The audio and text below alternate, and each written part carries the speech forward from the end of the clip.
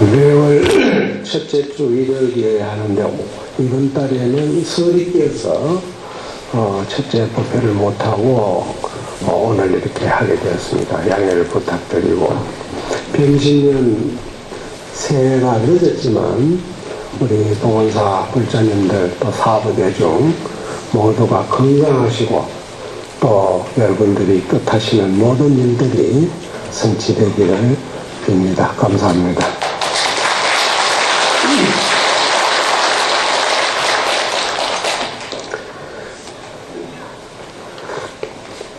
오늘은 건강경 32분 중에 13분이 되겠습니다.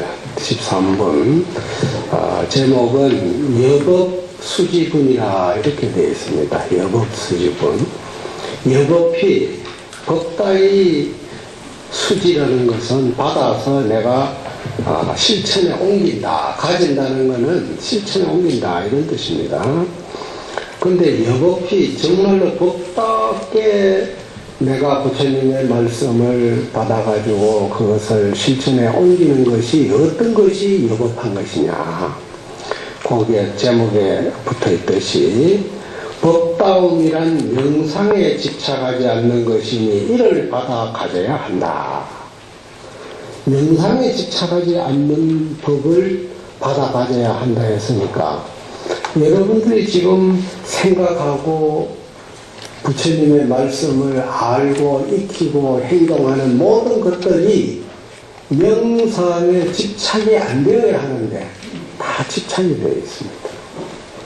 그래서 기도하는 사람은 내가 기도한다는 생각을 갖게 되고, 또 참선하는 사람은 내가 앉아서 참선한다는 생각을 가지고, 자기가 부처님의 말씀을 받아가지고 실천에 옮겨가는데 명상에 집착하고 있으면은 그거는 여법이 수지하는 게 아니다.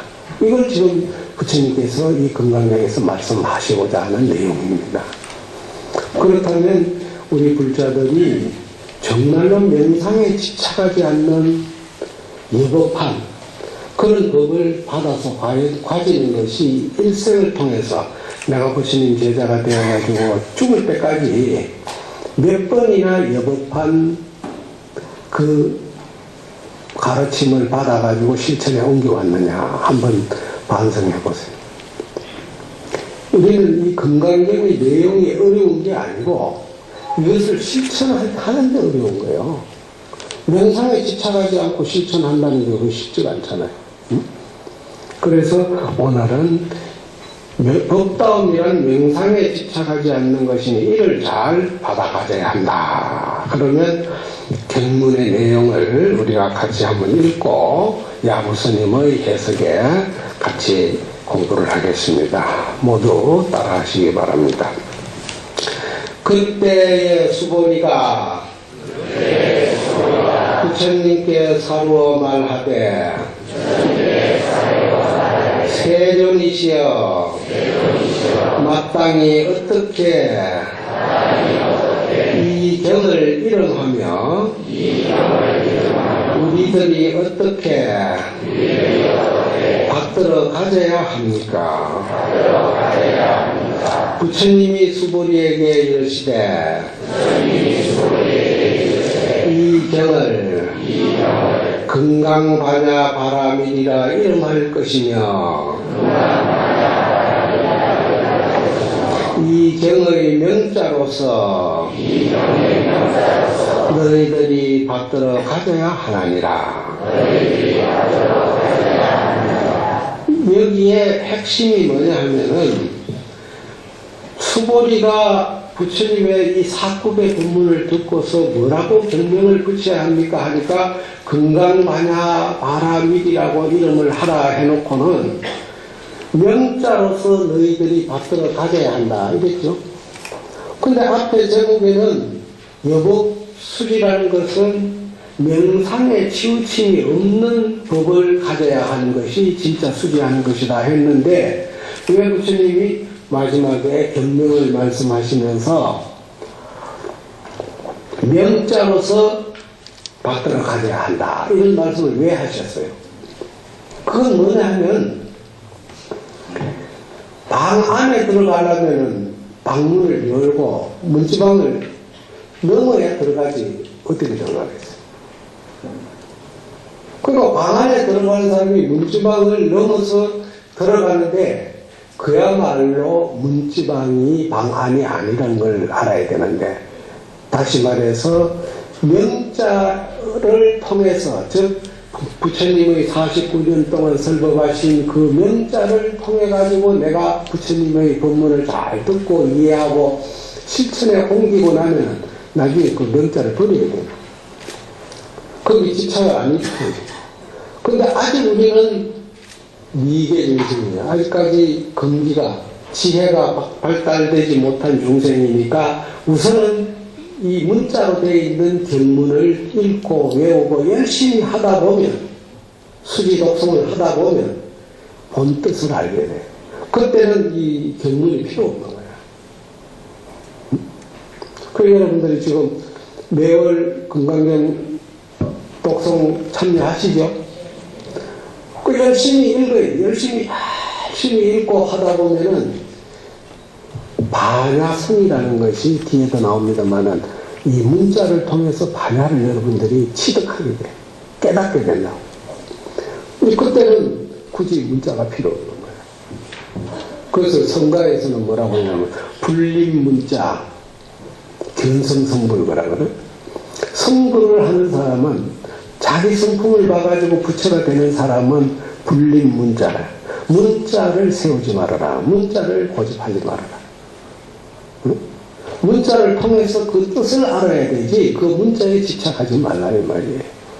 그 불교가 쉬우면서도 어려운 문제점이 뭐냐면 작은 거 하나를 가지고 전체를 볼 줄 아는 안목을 가져야 되기 때문에 작은 거를 실천하는 쉬운데 전체 안목을 보는 그걸 가진다는 건 쉽지 않단 말이에요.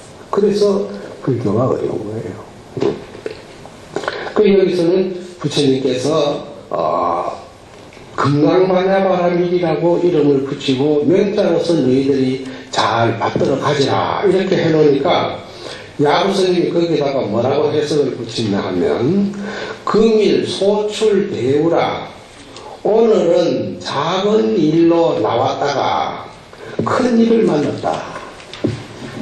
그러니까 수고리가 부처님에게 경명을 어떻게 붙여야 합니까? 아주 그냥 소박하게 물었다 이 말이에요. 그런데 부처님께서는 금강반야바라밀이라고 말씀하시면서 나중에는 문자로서 수지 봉행하라 이렇게 말씀하셨으니 정말로 어떤 것이 진실이고 어떤 것이 진실되지 못한 것을 두 가지를 확실하게 보여줬다. 그러니까 수고리의 작은 물음에도 부처님은 너무나 정확하게 넓게 대답을 하셨다. 이런 뜻에서 소출대우라 이 말이야. 수고리가 부처님께 경명에 대하여 물으니 부처님의 대답은 금강반야바라밀이라 하시고 이러한 명자를 받들어 가지라고 자세히 알려주시니 이것은 작은 물음에 큰 가르침을 만난 것이다. 마치 하반탁줄과 같다고 해야 한다. 하반탁줄이 말다시피 작은 쟁반에 물건 하나 올려놓으면 우리가 관을 다 보이잖아요. 부처님은 자세하게 우리에게 다 가르쳐줬다. 이렇게 야부스님이 말하시면서 이 문자 반야를 통해서 취득할 수 있는 이 지혜라고 하는 이 참반야, 이 칠상반야를 누구든지 다 가지고 있는데 이 반야를 마치 비유를 들면은 합을 능소라 불로서 능히 태우지 못하고 수불 능이니라 물로서도 능히 빠뜨리지 못하고 또 풍불 능파라 바람으로서 능히 확 불어가지고 그냥 멀리 보낼 수도 없고 뿐만 아니라 도불 능맥이라 칼로서도 능히 쪼개지 못하고 그러면서도 연이 돌아라 부드럽기로 말하면은 도라면이라고 하는 아주 그 우리나라에서 말하는 명주실과 같이 부드러운 그렇게 부드럽기로 말하면 도라면과 같고 경여 철백이라 굳세기로 말하면 철백과 같다. 그래놓고는 천상 인간의 하늘이나 인간 세상의 고군불식이라 예시나 이제나 알지 못하겠도다. 이라는 것은 뭐라고 할까? 본인이 말씀을 하고 난 뒤에 본인도 명확하게 말씀을 하지 못한 그 답답한 감정을 한문으로 이라고 이렇게 표현한 거예요. 자, 한번 생각해 보세요. 우리가 가지고 있는 이 반야의 그 지혜를 불러서 태우지 못한다는 것은 그건 당연한 거예요. 이거는 불이 오면은 어디로 도망가든지 가버리고 없어. 불러서 태울 수도 없어. 보이지 않으니까. 또 뿐만 아니라 물러서도 빠뜨리지 못하고, 우리가 가지고 있는 이 마음은 부드럽기로 말하면 마치 도라면과 같이 그렇게 부드럽고, 굳세기로 말하면 철벽과 같다. 그리고 사람의 마음의 이 반야의 작용이 천차만별의 변화를 일으키고 있는 거예요. 그 변화를 일으키고 있으니까 우리가 그냥 반야라고 이름을 붙인 것이지, 사실은 이걸 뭐라고 해야 될지 모르고 고군불식이야. 옛날이나 이제나 마음을 알았다 하는 사람은 수도 없이 많은데, 깨달았다 하는 사람은 수도 없이 많은데, 내놓고 보여주는 사람은 한 사람도 없어. 어떻게 보여주겠어요? 여러분들이 살아가면서 뭐 부부 일심동체 해가지고 일생을 살아가면서 눈빛만 봐도 서로 안다 하더라도 진짜 다 아는 거예요? 응? 알 수도 없는 거야. 이것이 바로 모두가 알지 못하는 가운데 모두가 고유한 반야를 가지고 있다는 것을 인정해주는 마음을 가져야 애성심이 되는 거예요. 그게 이제 참반야를 얻을 수 있는 거예요. 그게 참 어렵잖아요. 응? 자기가 하는 영역이 모두가 옳고 자기가 하는 그 모습이 모두가 잘났다고 우리는 가시하고 뽐내고 거기에 따라오기를 바라지, 내가 모두를 수용할 수 있는 마음이 나오겠냐고. 이 건강명을 공부하는 사람은 그런 마음을 가져야 돼요. 도저히 이거는 불로서도 태우지 못하고, 물로서도 빠뜨리지 못하고, 바람으로서도 날리지 못하고, 칼로서도 쪼개지 못하는 것. 그러면서도 이 바자라고 하는 이 마음이 변화를 일으키면 부드럽기는 한없이 부드러운데, 또 굳세기로 말하면 철밀과 같다 해요. 그 사람이 냉난을 그냥 찾고 든 그 마음이 수시로 변해가는 거예요. 이 수시로 변해가는 이 변화무쌍한 이 마음을 고군불식, 천상이나 이 인간 세상이나 불식이 아는 사람이 없어. 그냥 이해해라. 응? 나 지금 감기 때문에 물을 자꾸 먹게 돼요. 입이만 했지. 약을 먹었더니. 그러니까 이것은 뭐냐?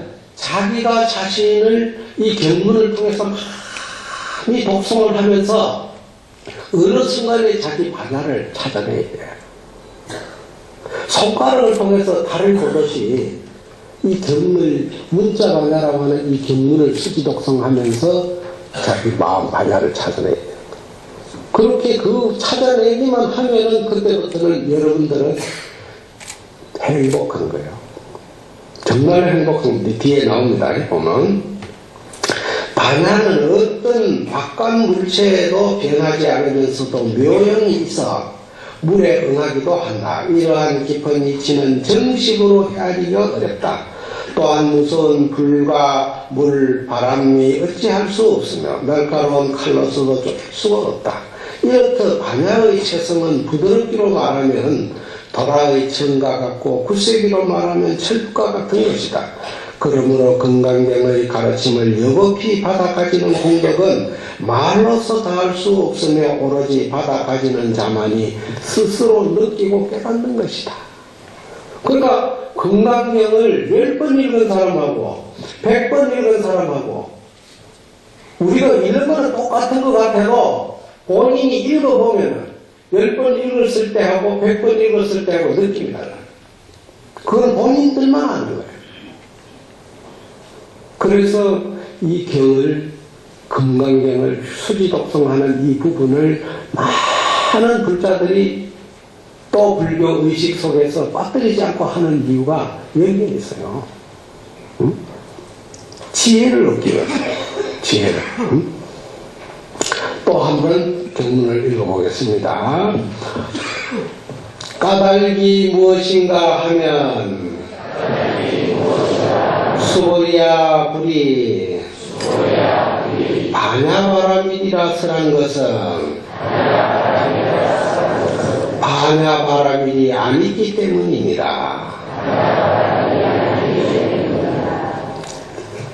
이것이 여러분들이 지금 공부가 안 돼 있는 사람들은 이 얘기를 들으면 아니 앞에서는 명자로서 수지독성하라고 봉행하라고 부처님께서 말씀하셔놓고는 또 뭐라고 대답을 하셔? 까닭이 뭐냐 하면 수보리야. 내가 지금 반야바라밀이라고 설한 거는 반야바라밀이 아니다. 그건 뭐예요?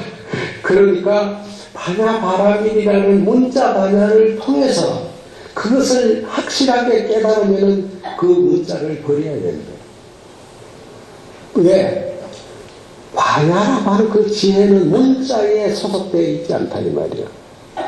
그리고 우리가 강을 건너가는데 뗏목이 필요할 뿐이지 강을 건너가는 사람이 다시 뗏목을 찾으려고 하면 되겠어요? 필요 없는 거예요. 건너가는 과정에서 필요한 거다. 그리고 우리가 수지독성하는 것도 반야를 내가 체득하기 위해서 수지독성하고 문자를 통해서 반야를 체득하면 그 다음에는 문자가 필요 없어요.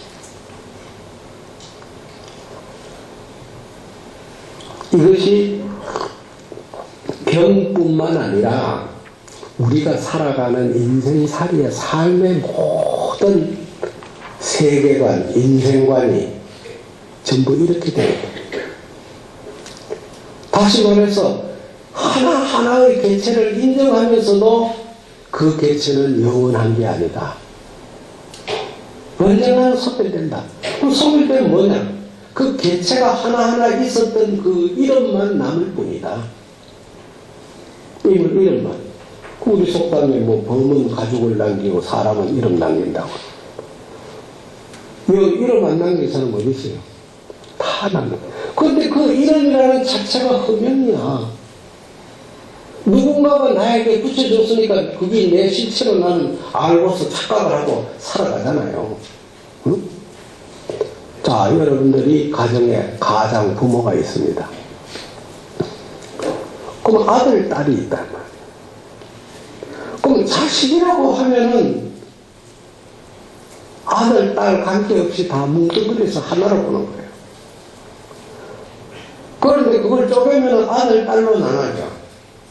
그것으로 더 쪼개면 뭐냐? 큰 놈은 무슨 명철이 명궁이 명모라고 돌자를 쓸 수도 있고, 딸은 또 자자를 붙여가지고 순자니 말자니 자자를 붙일까요? 그 이름 다 다르니까 그때는 다 따로따로 부르는 거야. 따로따로 부르지만은 그게 따로따로가 아니고 결국은 하나라고 하는 그 안목을 가지고 인생을 바라봐야 돼. 우리 그렇게 살아가야 돼. 그게 바로 명상을 통해서, 명자를 통해서 금강반야바라밀을 통해서 금강반야바라밀의 집착을 가지지 않는 이치를 깨닫게 되는 것이다. 참 이거 쉬우면서도 여러분들이 어려운데 이 말씀을 가지고 야구스님은 뭐라고 했느냐? 유교사자라. 유교사자. 오히려 작게 비교를 해야 되는데 부처님이 너무 바로 크게 말씀을 하셨다. 사자. 중국 발음으로 여자오 시에지라는 작다 이 말이에요. 조금. 부처님께서 말씀하신 반야바라밀이 아니라고 하셨으니 이것은 개안되지 않는, 반야를 깨닫지 못한 사람으로서는 도저히 해하기가 어려우므로 오히려 쉽게 설명을 해야 된다는 것을 야부스님은 염려하고 있다 말이야. 좀 쉽게 비교를 해줘야 되는데 너무 그냥 확실하게 크게 말씀하셨다 이 뜻이에요. 그러나 반야바라미를 설했다는 것은 문자 반야를 일어난 것이며 곧 반야바라밀이 아니라고 한 것은 실상 반야를 일어난 것이니 혼동해서 분별을 일으켜서는 안 된다. 실상은 명자를 통해서 얻을 수는 있지만 그 자체는 명자가 없으며 붙일 수도 없는 것이다. 여러분들이 참 이 이치를 인생살이의 삶에 적용을 해가지고 간다면은 싸움할 일도 없고 집착을 일으킬 일도 없고 그냥 일일시호일이 매일매일 뒤에 나오네. 매일매일 극락세고 매일매일 신년의 새해야. 그런데 이게 되느냐 이 말이에요. 안 되잖아요. 응? 그래서 야고 스님이 이 반야를 깨달은 사람의 그 마음 씀씀이는 무엇을 표현한 것이냐. 지금 부처님이 문자로 그 수지 봉행하라고 말씀하셔놓고 또 반야바라밀이 내가 쓰는 반야바라밀은 반야바라밀이 아니라고 하시는 그 말씀을 두고 야구스님은 뭐라고 했느냐. 일수대 일수익이라. 한쪽 손은 올리고 한쪽 손은 내렸다. 그 올렸다는 것은 문자를 보여주고 금강반야바라밀을 수지봉행하라고 하셨으니 그건 문자를 보여줬어. 한쪽으로 내린 것은 문자가 반야바라밀의 지혜가 문자 속에 있는 게 아니다. 문자를 통해서 얻을 수는 있지만은 그 자체가 반야바라밀이 아니다. 이것도 부정하는 걸 말하는 거야. 그러니 좌변치하고 우변박이라 좌변으로 왼쪽으로는 노래를 부르고 오른쪽으로는 박수를 친다. 다시 말해서 부처님이 하시는 그 한 말씀 할 말씀 즉 긍정을 하고 나중에 부정을 하고 이런 말씀들이 너무나 조화가 잘 맞다 이 말이에요. 응? 그 누가 노래 부르는데 박수 소리 없어봐 얼마나 섭섭하고 그게 삭막한 거냐. 노래 부르는데 박수가 있어야 돼. 그래야 그 노래가 신명이 나는 거야. 응? 그런데 부처님의 이 말씀은 한쪽으로 노래 부르는데 한쪽에서 박수 치는 격이다 이 뜻이요. 응? 그래 놓고 줄없는 검은고로 무색각을 핑계대니 줄없는 검은고야. 줄없는 검은고가 뭐냐? 우리가 흔히 그 말하잖아. 신금을 울린다. 신금을 울린다. 검은고는 지금 우리 보건소도 합주단들 저 갖다 놓고 있는데 6줄인가? 6줄. 그런 검은고가 줄이 없는 검은고가 있는데 그게 뭐냐? 그거는 신금이라고 그래. 마음 신자. 반야금이야. 그러니까 줄 없는 검은고로 무생각을 핑계내니 궁상에 속하지 않고 율조가 새롭다네. 궁상에 속하지 않는다는 것은 뭡니까? 바로 악보의 지시대로 내가 음을 울리지 않고 그것을 떠나가지고 내 소리를 낸다 이 뜻이에요. 그 여러분들 좋으면 웃음이 나와야 안 나와요? 좋아가지고 웃을 때 내가 웃어야 되겠지 하고 생각하고 있다가 여기땅 하고 웃을 때 좋다 할 때 웃어주냐고. 무심으로 나와. 아무 생각 없어. 그게 무생각이야. 그냥 아무 생각 없이 즐거움이 있는 거야. 응? 그래서 부처님의 말씀, 이 말씀은 마치 줄없는 검은고를 가지고, 즉 마음의 검은고를 가지고 울려주시니 무생락을 퉁겨낸다 이 말이야. 퉁겨내니 궁상에 속하지 않고 궁상각 지우라고 하는 그 율조에 속하지 아니하고 율조가 새롭다. 그 악보에 속하지 않고. 그러니 지음을 안 뒤에 오히려 이름만 아득할 뿐이니 내가 진짜 반야의 소리를 내 소리를 내가 기울여서 들을 줄 안다면은 결국은 뭐냐? 이름만 남는 것이다. 왜냐? 그거는 전해줄 수도 없고 전해받을 수도 없고 내만이 느끼고 내만이 사랑하다가 내만이 가지고 영원히 가는 거예요. 이 반야라는 것이. 그래서 금강반야가 반야가 아니라고 한 뜻을 좀 더 쉽게 풀이한다. 부처님이 한 손을 든 것은 반야를 말씀하신 것이고 한 손을 내린 것은 반야가 아니라는 것이다. 이러한 조화의 논리는 왼쪽에서 휘파람이 일어나면 오른쪽에서 박수가 터져나오는 것과 같다. 줄없는 거문고 무생의 곡조를 뽑아 올리는 것은 무형의 형상이 없는 반야, 금강반야로서 문자 반야의 뜻을 드러낸 것이다. 궁상에 따른 거문고의 줄로 소리를 내는 것은 결코 새로운 것이 못된다. 고정된 악기의 이름에 따라 소리를 내는 것이 아니라 이름 없는 그 무엇을 듣고 소리를 내는 걸 낼 수 있다면 그것이 새로운 율조가 되는 것이다. 이러한 율조를 듣고 아는 자가 있다면 그 또한 이름만이 아득할 뿐 음의 아름다움은 언어를 빌려 알 수 없는 것이다. 훌륭한 악기가 있어도 악기를 연주하는 손가락이 있어야 하고 손가락이 있다 하더라도 그 소리를 듣고 아는 사람이 있어야 조화를 이루는 것이다. 왜 이 얘기를 하냐면은 지금 수보리하고 부처님과의 그 문답이 너무나 아름답게 주고받고 있다 이 뜻이에요. 조화를 이룬다 이 뜻이에요. 그러니 금강경이 있으므로 그 내용을 간곡히 설명해 주신 부처님이 계시게 되었고 부처님의 설법을 듣고 아는 수보리가 있으니 법다운 수지라고 하지 않을 수 없는 것이다.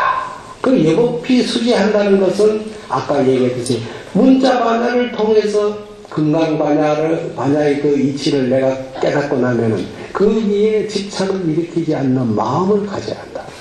그 마음을 가져야 내가 경을 공부하는데 진도가 나아가는 것이 된다. 우리가 모든 것은 형식의 기본을 따라야 돼. 그 형식의 기본이 초보 단계에 끝나고 나면 그 다음에는 자유롭게 왔다 갔다 해야 돼. 우리가 보통 그림 그리는 사람도 보면은 삼원법이라 해서 근경, 중경, 원경에 그 처음에 제일 가까운 그림 좀 크게 그리고 그 다음에 중간쯤 그리고 그 다음에 저 멀리 보이는 거 그리는 거예요. 그런데 이거는 공부하는 과정에서 형상이 그 삼원법이라는 그 이치를 내가 따라가야 되겠지만은 나중에 숙달돼가지고 환하게 알면은 멀리서 가까이 쪽으로 그리든지 중간에서 멀리 가든지 가까운 쪽에서 중간으로 가든지 차이를 따져야 큰 폭의 그림이 나온다. 우리가 공부를 하는 자세가 그런 방향으로 가지 않으면은 우리가 살아가는 인생의 삶을 넓게 볼 수가 없다. 응? 또 경문 해석을 같이 한번 따라 읽겠습니다. 수보리야 너희 뜻은 어떠한가? 예래가 말씀하신 법이 있다고 하겠는가? 수보리가 부처님께 사루어 말하되 세존이시여 예래께서는 설법하신 바가 없습니다. 참 이 물음을 우리가 생각하면서 왜 우리가 금강경을 공부해야 되는가를 여러분들이 알아야 돼. 또 그렇게 노력을 해야 된다. 응? 지금 여기서 부처님께서 수보리 말씀하십니다. 내가 설법한 법이 있다고 수보리야 자네는 알겠는가 하니까 수보리가 뭐라고 말합니까? 세존께서는 설법하신 바가 없습니다. 49년간 설법을 했는데 왜 없다고 하느냐. 이것은 뭐냐면은 문자를 아이의 울음을 그치기 위해서 장난감을 지어주는 것이지 장난감이 아이 웃음이 될 수는 없는 거야. 그러니까 경을 부처님이 49년 동안 설법한 내용은 중생을 깨닫게, 반야를 깨닫게 해주기 위해 가지고 하신 말씀이기 때문에 그 자체에 집착을 일으켜가지고 생각을 가지는 사람은 그 사람은 지금 한 이 얘기를 들으면은 의심이 생길 수밖에 없는 거예요. 왜 설법했는데 왜 설법한 바가 없다고 하는. 다시 아는 사람에게는 설법할 필요가 없는 거예요. 여러분들이 법정에 가보면은 변호사가 변론하고 다 하고 나면 양쪽 변론 다 하고 나면 판사가 결론을 딱 내리잖아. 근데 얘는 소리 안 해. 딱 몇 마디 하고는 똑똑 끄덕이는 거야. 다 하니까. 그 아는 사람에게는 굳이 설명이 필요 없는 거예요. 응? 우리가 반야를 내가 자유자재로 쓸 줄 아는 그런 마음을 가진다면은 뭐 따로 설명할 필요 없는 거지. 응?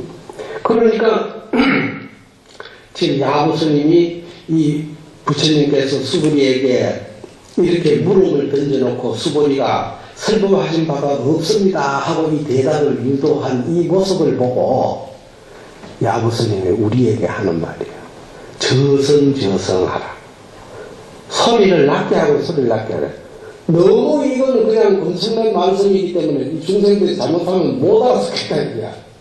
오해를 불러일으킬 수 있으니 소리를 낮게 하는 게 좋다는 말이야. 응? 그래놓고는 수보리가 부처님의 물음에 설법한 바가 없다고 하였다. 지자는 지혜로운 자는 능히 깨달을 수 있지만 어리석은 사람은 혼란에 빠지기 쉽다. 비록 설법한 바가 없다고 한 것이 바른 대답이긴 하지만 없다고 고집하는 것도 불본심이 아니다. 그러므로 소리를 낮추고 조용히 해야 한다는 것을 일러주고 있는 것이다. 그래서 부처님의 이 수보리와 문답 가운데에서 상세하게 설법하시는 이 말씀을 두고 야구 스님이 한문으로 시로 표현을 했어요.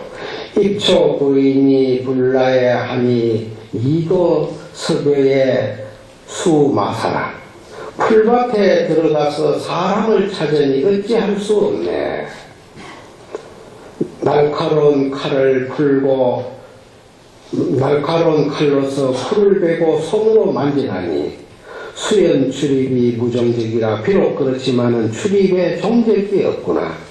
문체 전창에 견야마라. 문체가 아주 화려한 이런 문체가 전창 온전하게 다 또렷이 나타났는데 여러분들은 과연 이 뜻을 알겠던가? 이 뜻을 보았단 말이야. 응?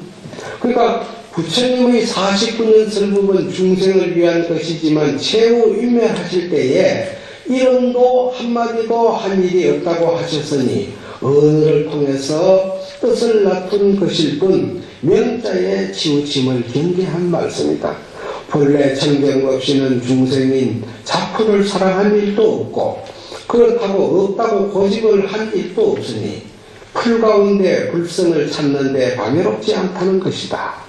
초중에 출입한다는 것은 부처님과 수보리의 대답과 같이 언설로 나타내 언설에 집착이 없는 것이며 자치가 없는 것이며 진신을 가지고 정묘신을 나툰 것이니 비단 속에 아름다운 문체가 나타나는 것과 같은 것이다.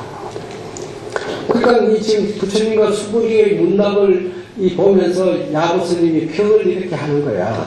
정말로 너무 조화가 맞다 이 말. 마치 금상첨화라고 피단 자체도 좋지만 거기에 꽃을 놓으면 더 아름답듯이 이 두 어른이 주고받는 대답은 그와 같이 아름다움의 조화를 드러내고 있다. 응?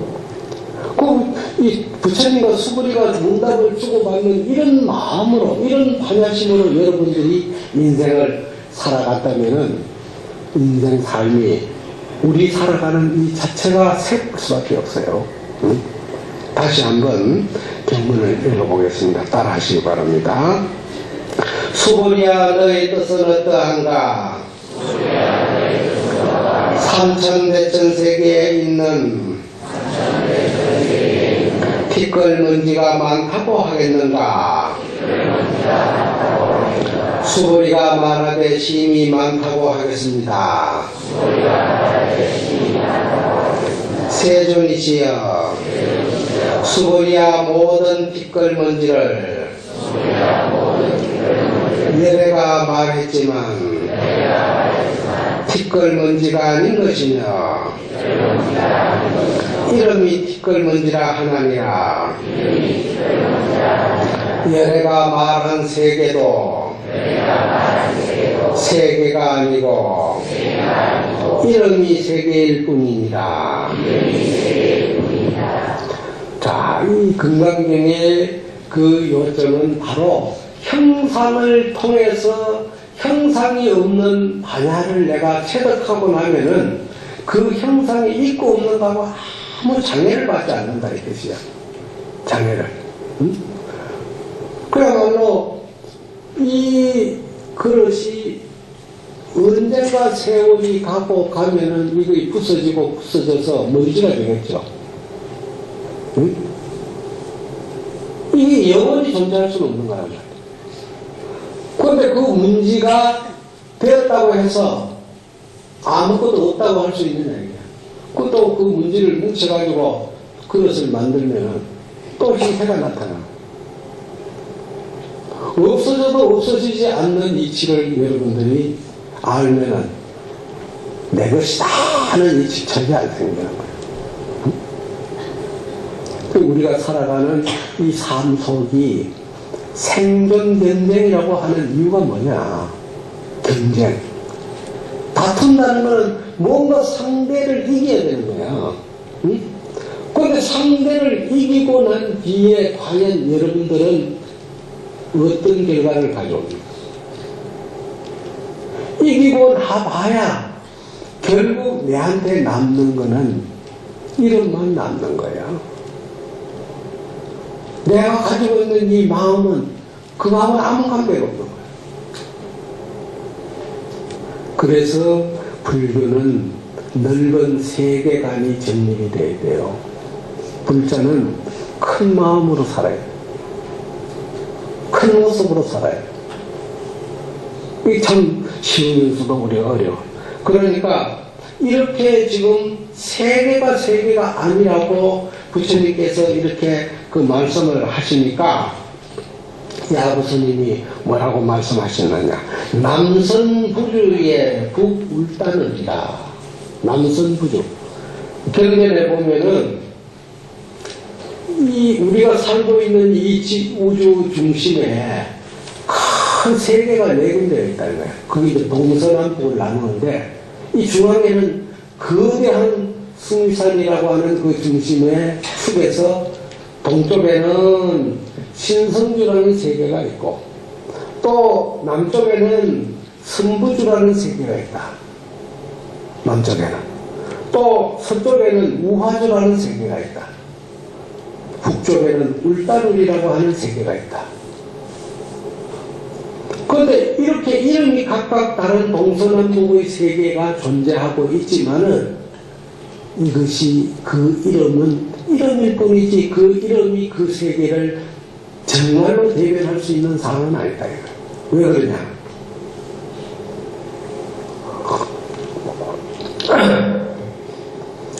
동서남북의 관위를 결정한 것은 누가 결정한 거예요?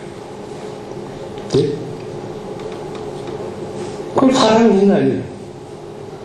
그냥 사람이 만약 그 당시에 거꾸로 정했더라면 오늘 나중에 우리는 어떻게 알고 있겠어요? 그러니까 동쪽이 나를 동쪽이라고 이름을 해달라, 이름 붙여달라고 주장하면 바꿨다 이거야. 그런데 우리는 동서남북의 세계라는 것을 각각 정해놓고는 이름을 붙여주는 거예요. 그 이름을 붙여준 그 모습을 보고 우리는 그대로 믿고 있는 거예요. 그대로 믿고 살아가잖아요. 그런데 사실 그 이름은 이름일 뿐이지 그 세계하고는 아무 관계가 없는 거예요. 그래서 여러분들이 안목을 넓게 가지는 뜻은 바로 이런 뜻입니다. 남쪽은 선부주라는 세계가 있고 북쪽에는 울다늘이라는 세계가 있다고 한다. 여기서 이런 이름을 내세운 것은 부처님께서 우주공간에 떠도는 티끌먼지의 수를 많다고 할 수 있겠는가를 수부리에게 묻고 많다고 말한 것은 티끌먼지가 아니라고 했다. 그것은 티끌먼지의 이름이 남아있을 뿐이라는 것이다. 드러난 모양은 언젠가는 변화하여 없어지며 그렇다고 영원히 없어지는 것이 아니라 그 이름은 남게 된다는 것이다.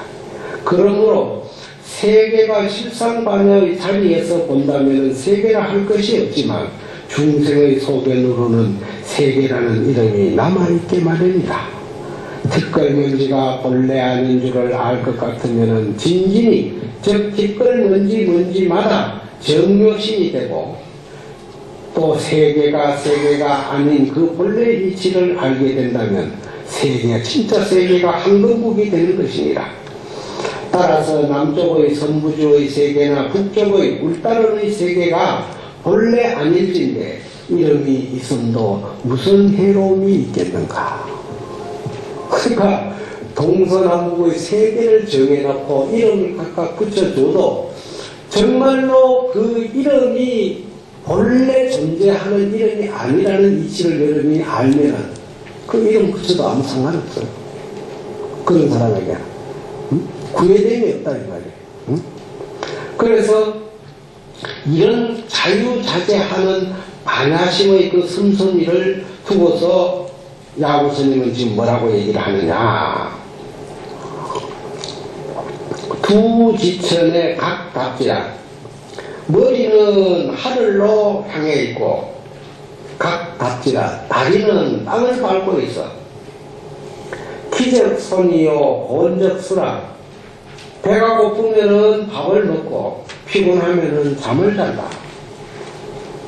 사토가 서천이요. 이 우리가 살고 있는 이 사바세계가 바로 극락세계예요. 서천이 사토라. 극락세계가 바로 이 우리가 살고 있는 사바세계다 이게. 그러니 덕처 원정의 편시면 하니 남북동서의 지자시라. 이러는 곳마다 원정이야. 내가 가는 곳마다 매일 정을 초하루야. 새해고 정말로 명상에 집착하지 않는 명자에 형상에 집착하지 않는 반야심을 알 것 같으면은 여러분들이 지금 부처님이나 우리 중생이나 머리는 부처님도 하늘로 보고 있고 다리는 땅을 밟고 있고 또 피곤하면은 줄이면은 밥 먹고 피곤하면 잠자고 부처님이나 중생이나 똑같아. 그거 다를 거 하나도 없다. 그렇기 때문에 그 이치를 확실하게 그런 가운데에서도 이 반야라고 하는 이 지혜는 물들지 않고 영원히 또렷하게 존재하고 있다는 이 이치를 여러분들이 알 것 같으면은 우리가 사는 이 세상이 극락세계예요. 극락세계가 바로 우리가 사는 이 세상이야. 따로 정해져 있는 게 아니다. 응? 그러니 덕처 원정의 편신년이라 이러는 곳마다 정을 초하루야 매일. 초하루니 문득 이것이 바로 신년이야. 새해라 이 말이야. 꼭 2015년이 가고 2016년이 와야 정을 일일이 새해가 아니고 여러분들이 이 명자에 치우치지 않는 반야심을 찾아내가지고 그런 넓은 인생관과 넓은 세계관의 안목이 가져지면은 그때부터는 매일매일 정을 보는, 정을 좋아하고 새해야. 응? 그러니 남북동서가 오로지 이런 것이다. 이런 것은 뭡니까? 누군가가 가식으로 이름을 붙여준 것이지 본래 남북동서가 나눠진 것이 아니다. 본래 정말로 이러한 이치를 우리가 살아가는 인생의 삶에 비유를 해야 돼요. 그런데 삶에 비유하면은 보통 사람들은 전부 다 영원할 줄 알고 살다가 한 60 넘어 70쯤 되면 그때 가서 내가 가는구나. 이제 얼마 안 남았구나. 그때부터는 생각이 조금 달라져요. 그럼 그때는 이미 늦었어. 실천에 옮기려고 늦다니까. 그래서 부지런히 공부하라는 건데 이것이 쉬운 일이 아니에요. 중생과 부처가 같은 것일까 다른 것일까 이것은 어리석은 질문 같지만 이 물음의 참뜻은 불교를 올바로 이해하는 데 지름길이 된다. 중생과 부처의 드러난 외형의 모습은 똑같은 것이다. 머리는 하늘을 향하고 다리는 땅을 밟고 배고프면 밥 먹고 피곤하면 잠자는 것이 다를 수 없다. 부처의 세계도 이와 같은 일상이며 중생의 세계도 이와 같은 일상이다. 그렇다면 이 세계가 극락이요 극락이 이 세계에 있음도 알아야 한다. 드러난 일상의 모습으로는 부처와 중생이 다름이 없지만 드러난 모습 속에 작용을 일으키는 용심, 마음 성성이 중생과 부처가 다르지 외에는 똑같다 이 말이에요. 눈도 두 개고 코도 하나고 귀도 두 개고 전부 다 똑같아. 그런데 다른 점은 뭐냐? 중생이 용심, 마음 쓰는 거하고 부처가 마음 쓰는 건 다른 거예요. 왜? 부처는 반야심을 쓰는 거야. 반야심을 쓰기 때문에 성인군자라는 얘기를 듣는데 이 중생은 뭘 쓰느냐? 욕심을 쓰는 거예요. 욕심. 그 다를 보면 똑같은데. 그래서 이러한 뜻을 헤아려 보면 생활하는 곳이 매일매일 원정이고 신년이 된다는 것이다. 생활과 새해는 우주 공간 어디에서나 있게 마련이니 이런 삶을 영위하는 자는 구한에 아주 오랜 가뭄의 단비를 만나는 것이며 한국 일지에 위협한 추색을 보는 사람이 될 것이다. 그 가을의 풍경을 국가 한송에서도 다 볼 수 있는 안목이 있어야 돼. 그 느낌을 다 가져야 돼. 이것이 여러분들이 살아가는 그 인생관이 변화해 가지 않으면은 평생 중생으로 고통 속에 사는 거예요. 응? 또 경문을 한번 따라 읽겠습니다. 수고리야 너의 뜻은 어떠한가? 가히 30 이상으로서 예례를 볼 수 있겠는가 없겠는가? 보지 못합니다. 세존이시여. 가히 30 이상으로서 예례를 볼 수 없습니다. 왜냐하면 예례께서 말씀하신 30 이상은 그 상이 아니며 이것은 이름이 30 이상일 뿐이기 때문입니다. 그러니까 지금까지 들은 내용을 종합해가지고 결론을 말씀드리면은 부처님은 중생과 다르다고 하는 모습은 30 이상이라는 상호를 가졌다. 그런데 그 상호를 가진 그것을 부처를 보는 게 아니고 그 상호를 통해서 자기의 반야라고 하는 이 부처를 봐야 된다. 그렇게 볼 것 같으면은 30 이상은 상이 아니야. 상은 상이지만은 깨달아가는 사람이 되는 그게 상이 아니라 형식일 뿐이죠. 그러니까 그 형상을 통해서 내 부처를 알아야 돼. 그 여러분들이 지금 법당에 모셔져 있는 이 부처님을 통해서 내가 절을 하면서 내 부처를 찾, 내 살아있는 할불, 이 부처님 모셔져 있는 부처님을 통해서 내 부처를 찾아야 돼. 이 금강경에 뒤에도 나오고 있습니다만은 금불은 부도야. 황금으로 아무리 부처님을 조각해가지고 돈을 많이 들여서 만들어다도 용광로에 올려보면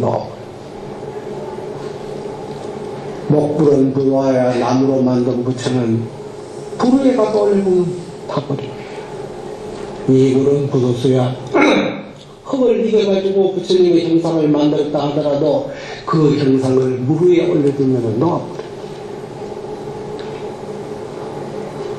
물과 불을 이길 수 있는 참 부처를 말한다. 형상의 부처를 통해서 그걸 보라 이 말이에요. 응? 그러니까 30 이상으로서 예례를 보려고 하는데 여러분들은 30 이상을 통해서 예례를 보면서도 참 예배는 30 이상이라는 그 이름에 있지 않다는 걸 깨달아야 된다는 거예요. 무슨 말인지 알겠어요? 이렇게 그 설명을 하니까 야부스님이 뭐라고 얘기를 하느냐. 차바삼자의 대파면이라. 할머니의 두루마리 적삼, 할머니의 적삼을 빌려서 입고 할머니의 모습 앞에 가가 절을 하는 격이다. 이거는 뭐냐? 친근함.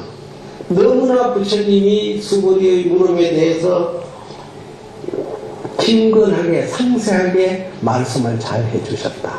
우리 중생이 거부감 일으키지 않게끔 잘 해주신 모습은 마치 할머니 앞에 나아갈 때 할머니가 입고 있는 똑같은 적삼을 입고 가면 똑같이 보이니까 거부감은 안 일으켜. 그런 모습과 같다. 그래서 무상의 이치를 밝히기 위해 수보리에게 30 이상으로서 예례를 볼 수 있는지에 대해 물으니 수보리는 그 뜻을 알고 볼 수 없다고 하였다. 볼 수 없는 부정에 떨어지지 않기 위해서 이름하여 30 이상이라고 한다고 하였으니 이것은 할머니에게 친근감을 주기 위해 할머니의 적삼을 빌려 입고 할머니 앞에 나아가 큰 절을 하는 것과 같은 것이다. 너무나 이 수보리와 부처님과의 주고받는 대화는 우리에게 다정다감하게 일러주고 있는 시사하는 바의 내용이 크다는 걸 지금 야부스님이 설명하는 거예요. 그래 놓고는 니유아여교하니 군무아영무라. 그대가 있으면 나 또한 있고 그대가 없으면 나 또한 없는 것이네. 유무구분립하니 있다 없다 하는 것이 함께 성립되지 아니하니, 성립되지 않는다는 것은 질문하는 사람과 질문 답하는 사람과 두 사람 다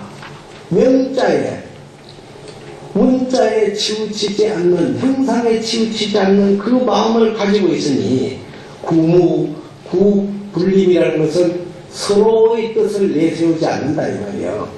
그러니 상대 치도로라. 상대가 마치 치도로 하는 것이네.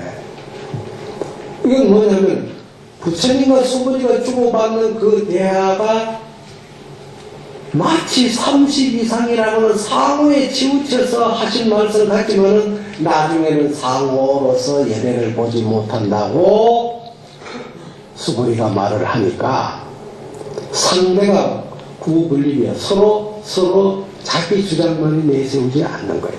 그러니 뭐냐? 웃을 수밖에 없어. 마음 이심전지 마음이 통하는 거예요. 그러니까 치도라는 것은 사람이 빙긋이 웃으면 잇몸이 살짝 나오지. 그 잇몸이 살짝 나오는 모습이 참 아름다운 거예요.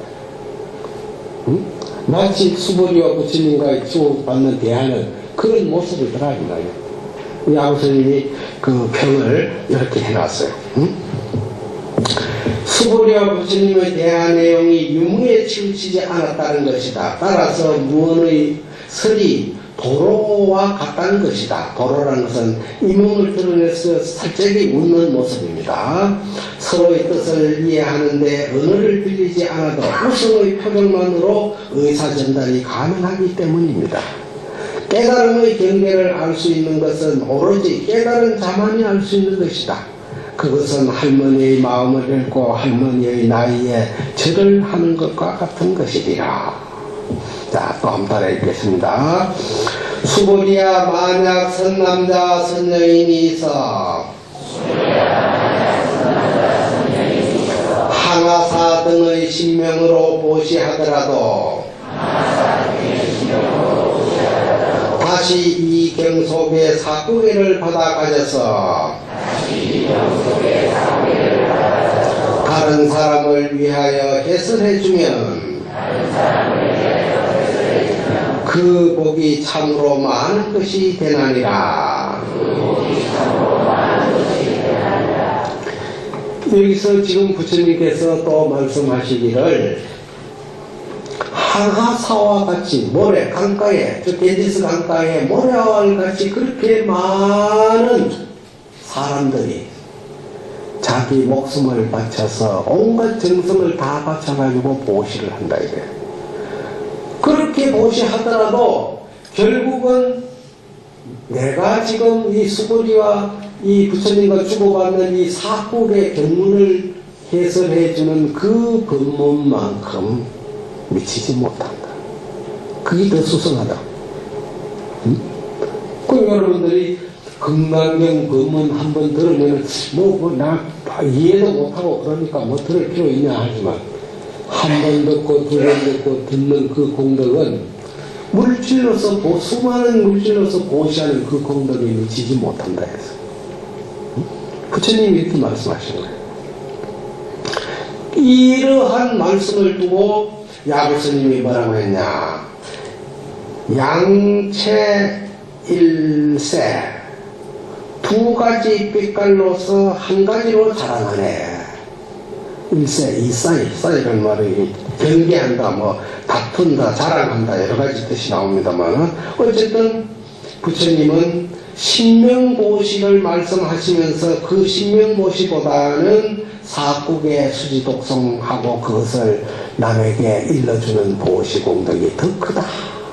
그 목적이 더 크다고 말씀하셨으니 두 가지 색깔로 한 가지로 자랑했다 이래놨어. 항사와 같은 목숨을 바쳐 보시하는 것과 사구계를 가지고 타인에게 해설해주는 공덕을 말씀하신 것은 두 가지의 법을 논하기 위함이 아니다. 법을 논하기 위해서 하는 게 아니다 이거예요. 그러나 깨달아가는 중생에게는 반드시 행시와 법시의 차이가 있음도 부인할 수 없는 것이다. 행시는 물질적 보시, 법시는 바로 경문의 내용을 남에게 일러주는 마음의 보시, 반야의 보시. 이 두 가지 보시가 분명히 차이가 있단 말이에요. 이러한 두 모습은 실은 한 가지의 뜻을 놔두기 위함을 알아야 한다. 즉 참반야를 드러내기 위해서 이런 보시라는 말도 비유로 부처님께서 하신 것이지 그 보시 자체에 집착을 해가지고 하는 게 아니다. 마치 봉헌사에 절에 주시님이 여러분들에게 보시 많이 하시오, 불사 많이 하는데 돈 많이 내라 하니까 듣기 싫지. 근데 사실은 주신이 그 돈에 욕심이 있어 그런 게 아니야. 여러분들의 공덕을 지어주기 위해서 하는 거야. 응? 그거를 바로 알아야 돼. 그런 안목을 갖지 않으면은 불교를 제대로 이해하기가 힘들어요. 그래서 우리의 반야를 여러분들이 깨닫고 난 이후의 모습을 지금 설명하는 거예요. 반야를 반야 이러한 이치를 다 깨닫고 나면은 그 반야심이 어떤 역할을 하느냐. 복수할주의 불황금이라. 복수는 뭡니까? 손바닥. 이 손바닥. 할주는 뭐예요? 다리. 우리 다리가 미끈하게 생겼잖아. 손바닥이 크고 다리가 미끈해. 응? 그렇게 잘난 사람은 불황금이야. 굳이 칼하고 바꾸지 않는다. 왜 그러냐? 내가 가지고 있는 이 육체가 아무리 날카로운 칼이 있다고 해도 그 칼보다도 더 빠르게 움직이고 더 빠르게 쓸 수 있다 이 말이에요.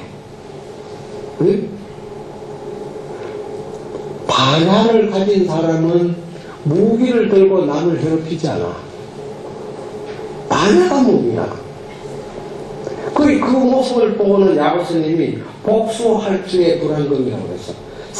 사람마다 이목구비를 가지고 있는 그 모습만 가지면 되지 굳이 칼을 빌려올 필요 없다 이거야. 왜냐? 그 모습 가지고 평생 행복하게 살 수 있어. 말씀만 드러내면. 응? 그래놓고 선사지인의 개충편이라 잘 사용하면은 내가 가지고 있는 이 이목구비, 손발, 다리 이거를 잘못 사용하면은 정말로 편리하기가 짝이 없다 이 말이야. 응? 편리하게. 불용암배의 본연성이라 암배를 쓰지 않아도 본래 현성 놔두어져 있다. 여러분들이 태어나가지고 손발 가지고 눈 이목구비 가지고 살아가면서 그게 불편한 건 왜 그래? 응? 그것이 불편한 것은 근본적으로 육체가 불편할 뿐이지 반야라고 하는 우리의 이 육체 속에 담겨져 있는 마음의 바다에는 아무런 작용 피해를 주지 않는 거야. 그런데 다리가 아프면 다리가 진짜 아픈 줄 알기 때문에 약을 쓰고 처방을 해가 다리를 낫으려고 하는데 사실은 반야의 신경을 고친대. 우리가 부처님 앞에 출근할 때 4병이라고 하는데 인간이 가지고 있는 이 육체병에 400가지가 넘는데요. 이 병들이 수없이 침투하는데 그 반야를 가지고 사는 사람에게는 그걸 활용을 하는 거예요. 육체가 오히려 활용을 하는 거예요. 그래서 손재주가 있다, 발재주가 있다, 뭐 두뇌가 빠르다, 이런 모든 것들이 뭐냐, 반야가 발달되는 거예요. 반야로 살아가면은 재주가 나오는 거예요. 나오지 말라니까 본 현성이야. 원래 나타져 있다 이 말이에요. 완성되어 있다 이 말이에요. 응? 안배하지 않아도. 응? 개중수시에 영영하니라. 이 가운데 몸집이 참 신령스럽고 영특한 놈이여. 여러분들의 마음을 지금 두고 하는 겁니다. 날라리 니 날라 살아서 야조가라.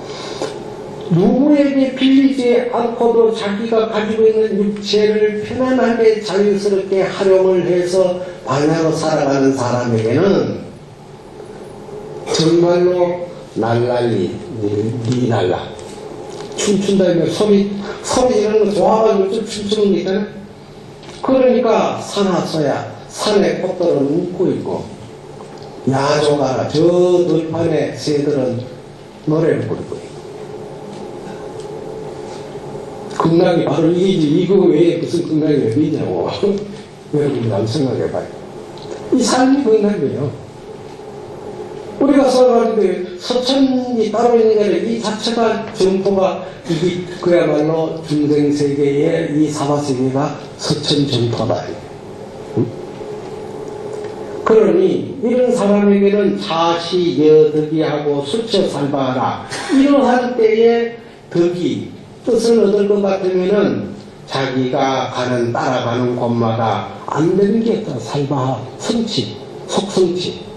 성취되지 않는 것들. 다 이루는다 이 뜻이야.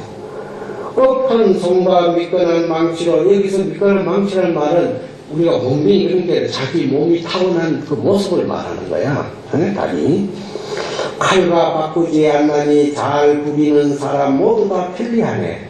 안배함을 쓰지 않고 본래 나타나 이루어진 것, 그 가운데 모름지기 영영한 놈이여. 날라니 니 날라라. 응? 산속꽃은 웃음 짓고 들판 새들은 노래하네.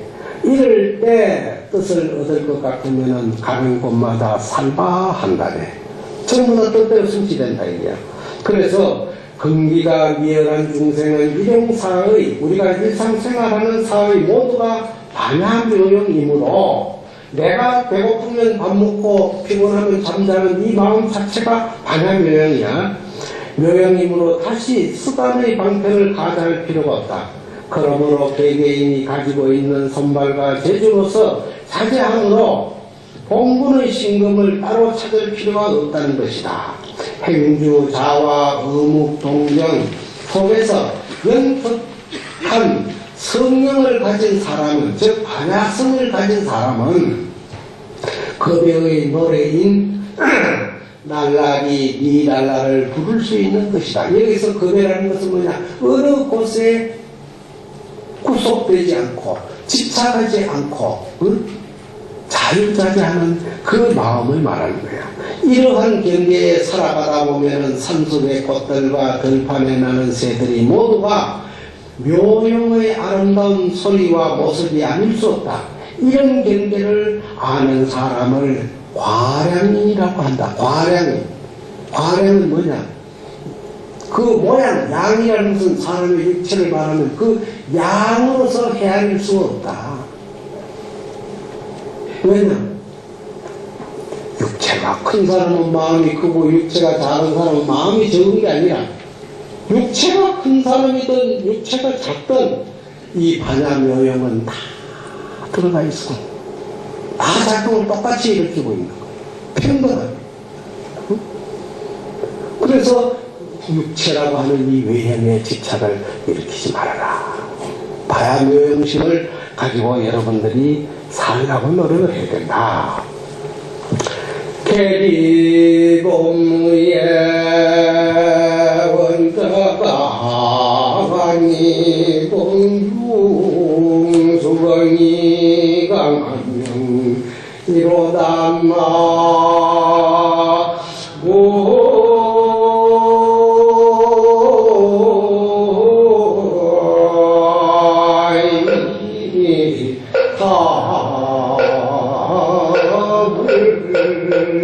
등한 정출에 극당함하니 족파마왕니 팔만성이로다나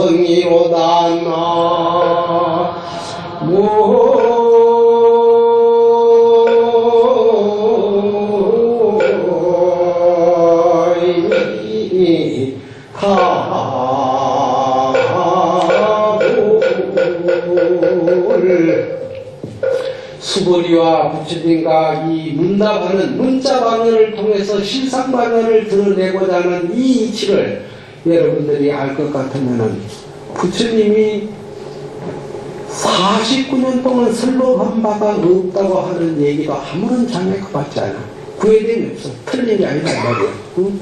그러니 굳이 우리가 누구다 하는 그 이름이 붙여진 데 대해서 너무 집착을 하는 겁니다. 그 이름은 전부 다 허명이야.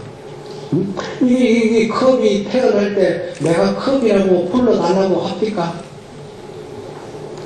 우리가 붙여놓고는 이걸 컵이라고 하고 있는 거야. 그런데 왜 우리가 붙인 사람의 마음만 따라가면서 살아야 돼? 내가 딴 걸로도 붙여봐야지. 내 자유스러운 마음을 가지고. 응? 그래서 누구든지 금강반야라고 하는 이 안목을 뜨고 살아간다면 이 세상살이에 마왕이 아무리 많고 나를 괴롭히는 귀신들이 아무리 많다 하더라도 다 극복하고 그걸 다 물리칠 수 있는 힘이 생긴다. 이게 부처님께서 13번의 여법수지분에 하신 말씀입니다. 법문 마치겠습니다.